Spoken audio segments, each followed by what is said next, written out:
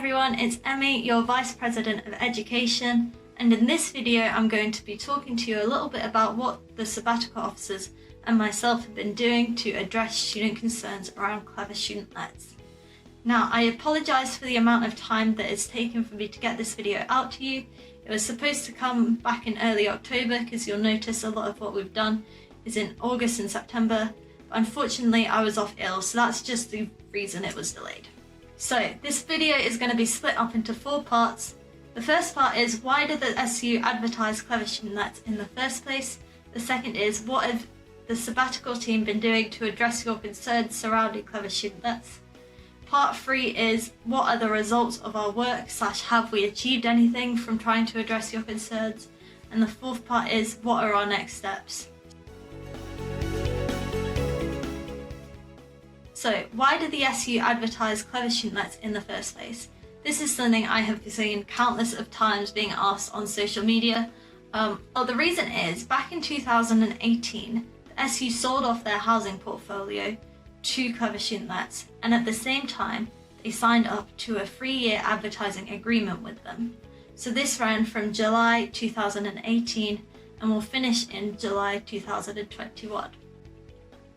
So any advertisements you see on our social media page are because of that agreement that we're in. But I hope that explains a bit more about it. I know that we've been getting a lot of questions about that, so hopefully it helps you understand a bit more about how the partnership works and about what it is. So what have we as a SAB team been doing to address your concerns around clever student-leds? Well, before term even began, we were aware of student concerns regarding clever student-leds. Obviously, over the pandemic, there was a lot of news articles and a lot of negative student experiences, so we were aware of them. When term did begin to go back, our advice centre was getting a lot of queries about clever student-leds and a lot of students sharing their experiences with them. And we were also seeing lots of posts on groups such as the Plymouth Students Tenant Mutual Aid and Direct Action Group. So as a sabbatical team, we were unhappy with the experiences we were hearing from our students, and we decided that we needed to take practical action, especially as we moved into blended learning and where more of our students would be working from home and spending more time in their accommodation. So we took our concerns to our senior leadership meeting, which is made up of our SU CEO and our directors and the sabbatical team. And we discussed about what actually is binding us to clever student-leds, and this is when we learned about the 3-year contract that we're in. We discussed how you guys are feeling about our partnership and about clever student-leds in general, and after a lot of discussion we decided that it was within our students' best interest to try and use that partnership in order to improve the services provided by clever student-leds. Because even if we no longer work with them, they'll still be the largest company in Plymouth, and you guys will still be using them. After that, me, our SU CEO and our Director of Commercial Services had a meeting with clever student-leds where I basically outlined a lot of the concerns that you had come to us and raised with us, and a lot of the different issues that students were facing with their company. We discussed this in detail, and basically we just said, as a housing company who is supporting so many of our students, this really isn't good enough, and we provided them the opportunity to address our concerns and also to hopefully act upon them. So we then gave clever student-leds a 2-week period for them to go away and process and review what we had said, and then for them to get back to us. So directly after this meeting, I followed it up with evidence of the different themes of queries that were coming through our advice centre, but I also sent them the open access document on the Plymouth Tenants Mutual Aid group, which had over 50 students' experiences with clever student-leds, because I thought it would be really important for them to read that and review some of the concerns that our students were facing. So, what are the results of our work, if any?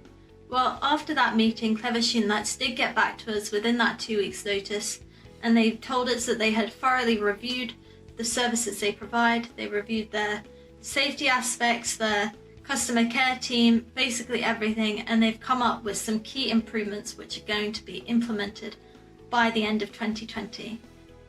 So number 1 is that they're going to have a new website where students can directly raise maintenance issues. Number 2 is they're going to increase their incoming phone lines from 1 to 3. Number 3 is they've promised to improve their maintenance call handling procedure to prevent students from being passed between departments. Number 4 is they'll have a dedicated admin for clever student-led maintenance and owner maintenance issues. Number 5 is they'll develop an app which will have real-time notifications and a live chat. 6 is that they're going to reopen their dedicated maintenance office on campus, but this will be when it's safe to do so. And 7 is they'll have a dedicated employee for compliance and student damages. Now remember, these are improvements which will be implemented by the end of 2020. They also got back with some property improvements that are going to be ongoing. So the first one is, and it's already been started, is that there should be no mold of any amounts in any property. So no amount of mold will be tolerated. The cleaners will report any maintenance issues they see directly to maintenance, and that should hopefully help with that proactive improvement. And then finally, relevant notice will be given before all attendance. So the other thing they noted is that all their fire safety inspections are up to date, and they've just appointed a new compliance officer who will basically have that sole responsibility for fire compliance. And this is probably the one that you're all waiting for. They have done a thorough audit of students and is satisfied that every student over the pandemic who was due a refund has got that, or they've had compensation. So that was a lot.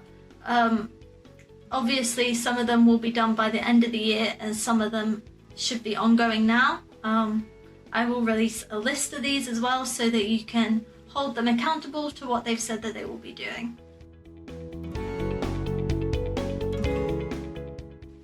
So with all that said and done, what is our next steps?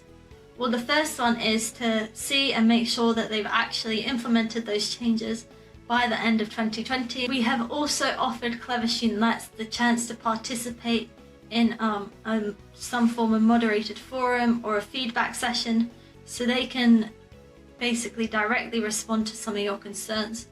We're not 100% certain how this is going to be run yet, but that is something that's on the table and something that they have agreed to do. So if you think that's something you would want, let us know, and we can definitely look into organising that for you. And the final thing that we're looking into doing is putting together a housing charter for all the different housing companies across Plymouth that they could sign up to. Again, this is very much in early talks, and it will be dependent on how much time we have around everything else going on with COVID, but if you're interested in that, we can definitely look into it more.